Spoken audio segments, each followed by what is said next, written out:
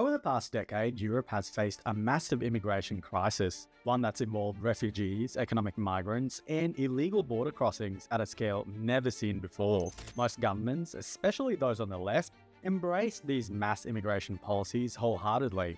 So imagine my surprise when one small but significant European country, run by a left-wing socialist government, decided to do the exact opposite. Instead of opening the floodgates, they slammed them shut. And here's the craziest part, it worked. This is how Denmark defied Europe's immigration consensus and said no. In 2015, Europe faced one of the biggest migration waves in its modern history. Over 1 million people arrived, mostly from Syria, Iraq, and Afghanistan. Some were genuine refugees fleeing war, while others took advantage of the chaos for economic reasons. The lines quickly blurred, and most countries couldn't tell who was who. Germany and Sweden took in huge numbers, and the EU scrambled to create refugee quotas and redistribution plans. Denmark also saw a sudden spike, over 21,000 asylum applications that year alone. The crisis, meant to be temporary, quickly became Europe's new normal. Across the continent, left-wing governments embraced open borders as compassionate and progressive. To even question this approach instantly branded you as far-right. Meanwhile, countries like Hungary and Poland sealed their borders, rejecting EU quotas. They were widely condemned, but ironically avoided many of the issues other countries faced. Europe seemed divided, either accept mass immigration or become a nationalist villain. That was until Denmark entered the conversation.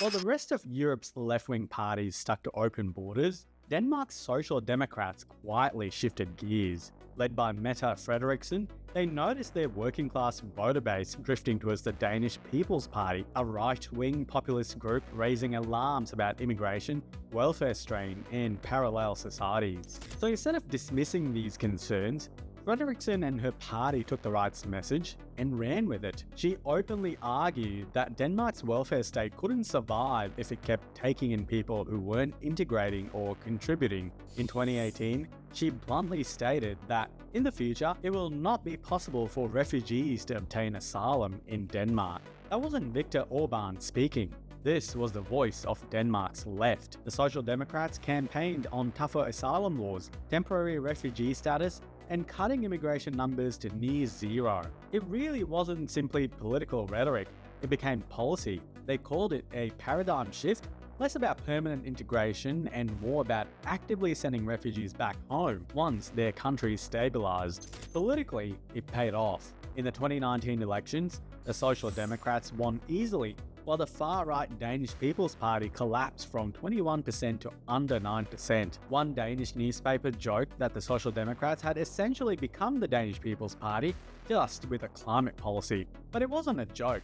Denmark's left-wing government had made a clear choice. You can have open borders, or you can have a generous welfare state, but not both, and Denmark chose. Once in power, the Social Democrats didn't hesitate. They publicly stated their goal: zero asylum seekers, no exaggeration, no metaphors. By 2020, Denmark had reduced yearly asylum applications to barely over 1,500, among the lowest in Europe. They even introduced a law to offshore asylum applications, meaning Denmark could send asylum seekers to third countries like Rwanda to process their claims. If granted protection, these refugees wouldn't move to Denmark. They would stay in Rwanda or another host nation.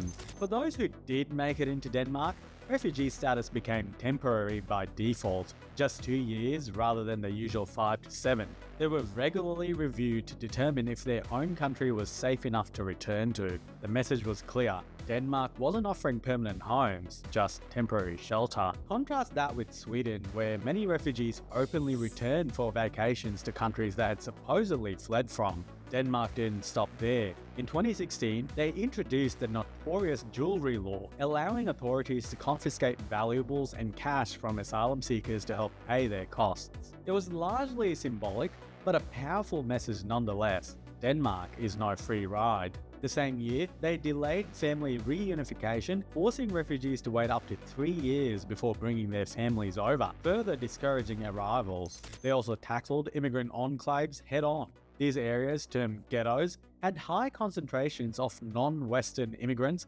high unemployment, and low education. If you committed crimes there, penalties were doubled. Kids in these neighborhoods had to attend mandatory daycare from age 1, learning Danish values, including Christmas traditions. Refuse and parents risked losing welfare benefits. In extreme cases, housing was demolished and residents relocated, all aiming to end ghetto neighborhoods by 2030.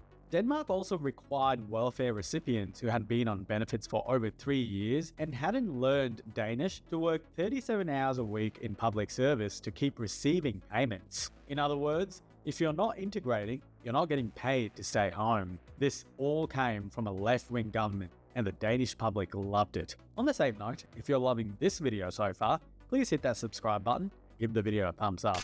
So, has Denmark's immigration crackdown succeeded? By Denmark's own measures, yes, without a doubt. Asylum seeker numbers plunged from over 20,000 to less than 1,500 annually. Employment rates for non-Western immigrants improved significantly, closing the gap with native Danes, especially compared to Sweden, which is now grappling with major integration challenges, gang violence, and parallel societies after years of more open policies. The Danish government also highlighted cold financial reality. A 2019 Ministry of Finance study showed non-Western immigrants cost Denmark roughly 33 billion kroner each year, while Western immigrants actually added to the system. Their policy was straightforward: fewer people draining welfare, more people contributing taxes. Denmark now has fewer ghettos, less social fragmentation, and better integration outcomes, all while preserving its values. Of course, none of this matters if the public disagrees, right?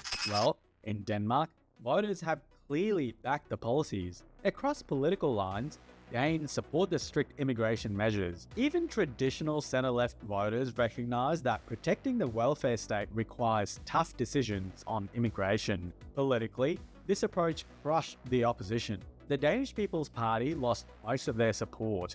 Why vote far right when mainstream parties deliver what voters actually want? Yet, not everyone's happy. Human rights groups, the UN, the EU, Amnesty International, and others have harshly criticised Denmark. They've accused the government of outsourcing its humanitarian obligations and undermining international refugee protections. But Denmark hasn't budged. Public support remains strong, despite criticism from international bodies and activists. The Danes made their choice clearly, and no amount of scolding from Brussels or Geneva has changed that. Denmark has effectively become a test case for something previously thought impossible: an anti-immigration left-wing government. Still pro-welfare, pro-worker, and socially progressive, but absolutely against open borders. And the most surprising thing, it worked. We're so accustomed to European governments, especially left-wing ones, accepting mass immigration that Denmark's pragmatic approach feels revolutionary. It raises a serious question.